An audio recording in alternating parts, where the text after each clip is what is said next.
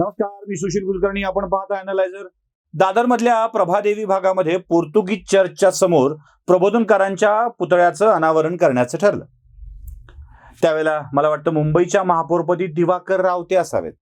दिवाकर रावतेंच्या संकल्पनेतील तो पुतळा होता. आता प्रबोधनकारांच्या पुतळ्यांचं अनावरण करायचं आहे तर त्यासाठी बाळासाहेबच हवेत.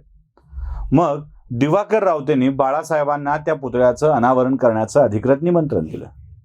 कार्यक्रम छान रंगला आणि पुतळ्यावरचा कपडा काढल्याबरोबर बाळासाहेबांची एक उत्स्फूर्त प्रतिक्रिया होती. म्हणजे याला साक्षीदार दिवाकर रावते आहेत, ते सांगू शकतील याबाबत.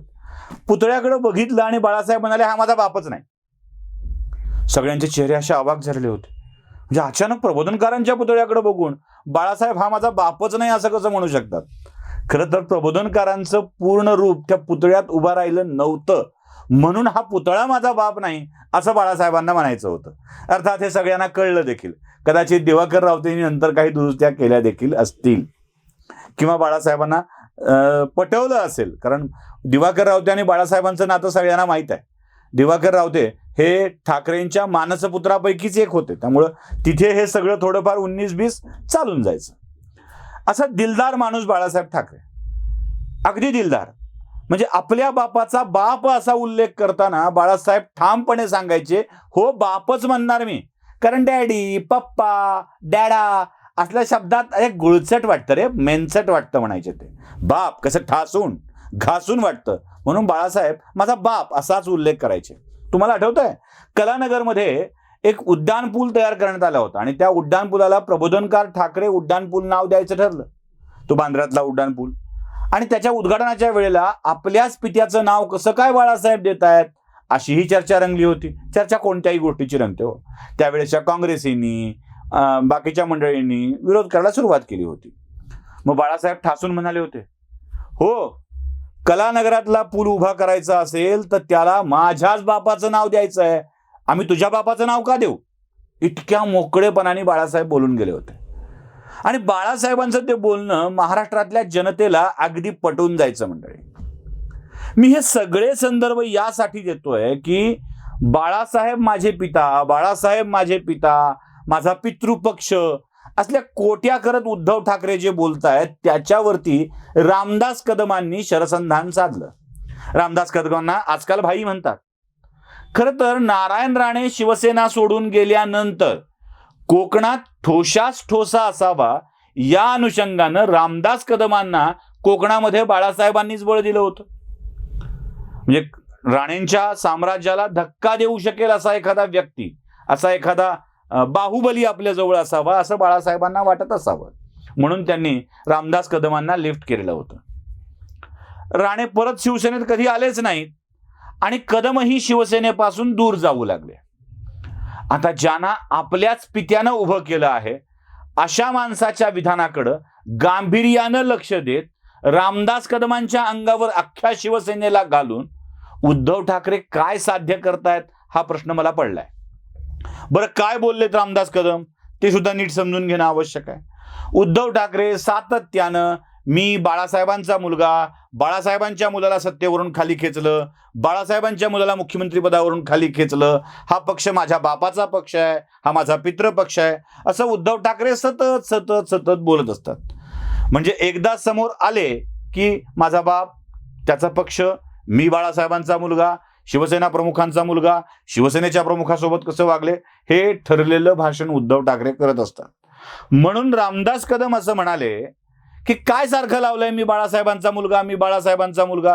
कोणी शंका घेतली होती का तुम्ही बाळासाहेबांचे मुलगा नाहीत म्हणून? कोणीही शंका घेतलेली नाही. तुम्ही बाळासाहेबांचेच मुलगा आहात, यात कोणताही संशय महाराष्ट्राच्या मनामध्ये नाही आहे. फक्त म्हणणं इतकंच आहे की शाब्दिक दृष्ट्या तोंडातून स्वतः होऊन मी बाळासाहेबांचा मुलगा, मी बाळासाहेबांचा मुलगा असं सांगण्याची गरज नाही. तुम्ही तुमच्या कृतीतून उद्धवजी हे दाखवून दिलं पाहिजे की तुम्ही बाळासाहेबांचे मुलगा आहात. हे सिद्ध झालं पाहिजे तुमच्या कृतीतून. बाळासाहेबांचे खरेखुरे वारसदार तुम्ही आहात. तुम्हाला आठवतंय राज ठाकरेंनी एक मुलाखत दिली होती आणि त्या मुलाखतीत म्हणाले होते, सामना आता का चालत नाही? कारण सामनामध्ये आता बाळासाहेब नाहीत. मार्मिकची आता चर्चा का होत नाही? कारण मार्मिकमध्ये आता बाळासाहेब नाहीत. मातोश्री या निवासस्थानाला, या वास्तूला महत्व का होतं? तिथे बाळासाहेब होते म्हणून. शिवसेना भवनाला पावित्र्य का होतं? तिथे बाळासाहेब होते म्हणून. आता बाळासाहेब या जगातून निघून गेल्यानंतर या वास्तूंचं, या दैनिकाचं, या कागदाचं महत्व संपुष्टात येऊ लागलंय आणि ते महत्व पुन्हा उभा करण्याची जबाबदारी त्यांचे पुत्र म्हणून उद्धव ठाकरेंच्या वरती येते. माझ्या पक्षाची काँग्रेस होणार असेल तर मी माझं दुकान बंद करीन असं ठामपणे सांगणारे बाळासाहेब त्यांच्या पुत्राच्या रूपातून दिसावेत अशी महाराष्ट्राला अपेक्षा आहे. म्हणजे मी बाळासाहेबांचा मुलगा आहे असं सांगून ते महाराष्ट्राला पटणार नाहीये, तर तो आवाज, ती बेफिक्री, त्यांच्या पाईपमधून ज्या बेफिक्रीपणानं धूर बाहेर पडायचा ना, तीच बेफिक्री त्यांच्या विधानात देखील होती आणि तीच मस्ती होती.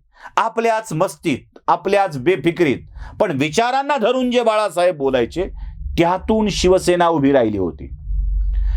बाळासाहेबांनी कधी मी प्रबोधनकारांचा मुलगा असं सांगितलंच नाही, कधीच सांगितलं नाही.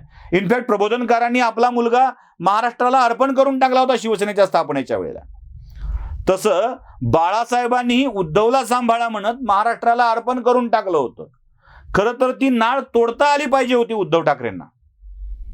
नाळ तुटल्याशिवाय बाळाचा स्वतंत्र अस्तित्व नसतं. उद्धव साहेब नवीन जन्मलेल्या बाळाची नाळ तोडतात आपल्याकडे आणि अर्पण केलंय. तुम्हाला माहित आहे संन्यास घेतल्यावर साधू काय करतात? साधूचं पहिलं नाव बदलतं आणि नवं नाव तो धारण करतो. पहिलं नाव संपलं, मेलं, गेलं, झालं, ते असंच असतं ते. तसं तुम्हाला बाळासाहेबांनी जेव्हा सांभाळा म्हणून महाराष्ट्राच्या शिवसेनेच्या ओटीत टाकलं ना, तेव्हा बाळासाहेबांचा पुत्र ही तुमची ओळख संपली. बाळासाहेब हे नाव नाहीये, बाळासाहेब ही व्यक्ती नाहीये. बाळासाहेब नावाचा कोणी माणूस या जगात असतो त्याला महत्व आहे असं नाहीये. बाळासाहेब हा धगधगता विचार आहे. बाळासाहेब हे धगधगतं हिंदुत्व आहे. महाराष्ट्राला चेतविणारं चैतन्य आहे. महाराष्ट्राला जागविणारा प्राण आहे आणि तो प्राण उद्धव ठाकरेच्या मध्ये यावा असं महाराष्ट्राला अपेक्षित आहे. ते चैतन्य, तो जीव, तो प्राण स्वतःमध्ये येऊ न देता मी बाळासाहेबांचं अपत्य आहे असं सांगून उद्धव ठाकरे शिवसेनेला उभारी देऊ शकतील असं मला वाटत नाही. खरं तर या गोष्टीचा विचार करण्याच्या ऐवजी आपल्या टिनपाट समर्थकांच्या करवी महत्व नसलेल्या रामदास कदमांच्या वरती टीका करून त्यांचं महत्व वाढविण्याची प्रक्रिया उद्धव ठाकरे करतायत की काय असा मला प्रश्न पडतो. खरं तर या काळात उद्धव ठाकरेंचा सल्लागारच कोण आहे हा प्रश्न मला पडलाय. कोण सल्लागार असावा उद्धव ठाकरेंचा? अहो, तुम्ही रामदास कदमांच्या वरती टीका करायला सुषमा अंधारेंना पुढे पाठवता आणि काहीतरी आता क्षमा नाही. कधी झाल्या सुषमा अंधारे एवढ्या कट्टर शिवसैनिक ज्यांनी आदित्य ठाकरेंना, उद्धव ठाकरेंना, बाळासाहेबांना शिव्या घातल्या होत्या? त्या सुषमा अंधारे एक धागा बांधला ज्याला शिवबंधन म्हणतात. अहो, त्या शिवबंधनात बाळासाहेब आहेत. ते बाळासाहेब मनगटावर बांधल्याबरोबर कट्टर शिवसैनिक झाला पाहिजे आणि त्यालाच ते बांधलं जातं. शिवसैनिक असेल तर ते बांधलं जातं, बांधून शिवसैनिक करता येत नाही, हे लक्षात घ्या.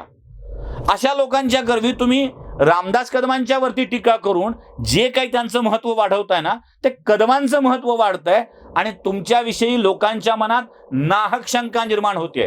ती होऊ नये यासाठी बाळासाहेब नावाचा विचार, बाळासाहेब नावाचा प्राण तुमच्यामध्ये आणा.